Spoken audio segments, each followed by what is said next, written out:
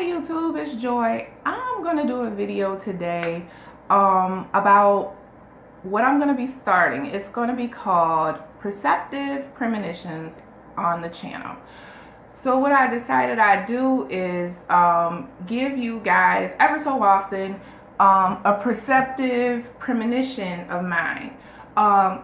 Probably about either something that's coming up globally, nationally, like that, or I can also do them individually. So if you want me to give you a perspective on something dear to you, like close to you, just hit me up. The link's in the description box. You can email me. My email's in the description box. Or just hit me up on YouTube or whatever. Just get at me if you want me to do like a perceptive premonition for you specifically about a certain subject, kind of narrow it down, and I can pretty much tell you one way or the other. I do energy read. That comes to me naturally. I've done that my whole entire life. When you're little and you do it, especially with the adults, if you do that, they say stop doing that, like, girl, stop that, like that, because they don't want you to, they know how the world is, so when you're little and you're doing it, especially like my mom, like she just wanted to protect me. So like when I was little, she didn't want me to do it. So like around her, she didn't mind. She, have at it, let me know what's up. But like as I got older, she really didn't want me doing it because she knew how the world was, like she knew that they come for me, like people will attack and what they don't understand or what they aspire to be. So like that's the kind of thing that I've been going through when I have these perceptive premonitions, and that's just my term for it. That's what I came up with because that's how I feel about them. So like, yeah, I see things that I probably shouldn't see and know things that I probably shouldn't know, but I do. And people who are really close to me for a long time didn't believe me. Like they truly didn't believe me, even though I would say stuff and then it would happen. Like my brother. And but but even because they look at, like, when people don't understand certain things, they negate it, and then they like, oh, you crazy, oh, you and I've gotten all of these scenarios. I've been called a witch, I've been called crazy, this, that, and the other. But, and my mom, when I was a little girl, knew that would happen throughout my life. And as I, became an adult, she knew that was going to happen. So like she would try to she knew it was real. She knew that I was doing it, but she just wanted to like protect me from the world, basically, knowing that, not everybody's going to take it how she takes it or understand it how she understands it. And so, so that's that with that. But, so yeah, I've been doing this my whole life. I energy read and pick up on people's energy, but I'm also, it's not psychic. People say psychic, and it's not that. It's more like, I have a heightened perception. I don't know. I have a sensitivity to perception. And it's just like, it's weird. And you know what? I can't really break it down for you right now on this video because I never really intended to do that right here on, in front like this. But that's just basically what it is. And like I said, my mom has known my whole life that I had it, and she protected me and didn't really want me to, but sometimes you can't help it. Like, so it comes out naturally. Like, I don't even mean to do it a lot of times. It just happens because it's a part of who I am. So I'm saying it today on this video because it kind of happened the other night. So right before the Pacquiao-Browner fight, I had a pictorial. It was like a message in picture form that let me know that Manny was going to win the fight. So I tweeted it. I tweeted it out like, I think Pac-Man got this one, y'all. I'm pretty sure, And so, of course, nobody believes me because I'm crazy or whatever. And, I tweeted it because, for one thing, I know fights are big. People bet on fights. People bet on games. People bet on cars, races. You know what I mean? Like that kind of thing. Horses. Like people bet.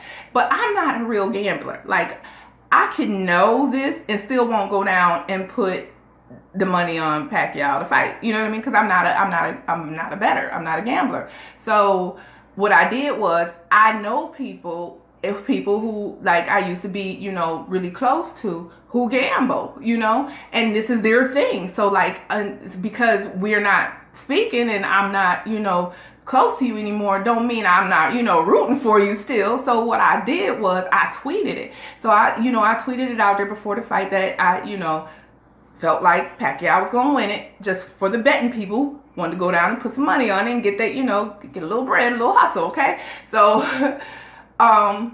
then right before, you know, so I was watching like the fight warm up, you know how they look at Pacquiao, they look at Bronner, they go to the corners and, you know, all of that before the fight. You know, I was watching that part of it and I was really, really intending on staying up and watching the fight, but I fell asleep. So when I woke up, it was like 1:30, 2:30, maybe 2 o'clock, a little bit after 2, I'm not sure, but the fight was over. And I saw that Pacquiao had won and I'm like, I knew it. So I tweeted out like at 2 something in the morning, like I told y'all, I hope y'all betted it accordingly because I put it out there, like, you know what I mean? And so I did that on an accident, but I do that very often. And I had a friend that I used to be really close to, and I used to do that to him all the time. And it would blow his mind. It would freak him out a little bit, actually, because he'd be like, stop doing that, or something like that. Or he would ask me my opinion on something, and I'd give it to him, and then he'd do the opposite. And then, like, later on, it'll come out the way that I told him it was going to come out, and he'd be like, so what I told, well, you know, now he all mad and defensive. So anyways, shouts out to him. We not cool no more, but it's all good. So why I'm bringing that part up is because, so yeah, I am clairvoyant. I have that, you know, heightened perception about me or whatever, and see things and know things and that kind of a thing. And I never was into these tarot cards, but I guess that's the wave, and it's been the wave for a little while now. But I got into them about a year ago.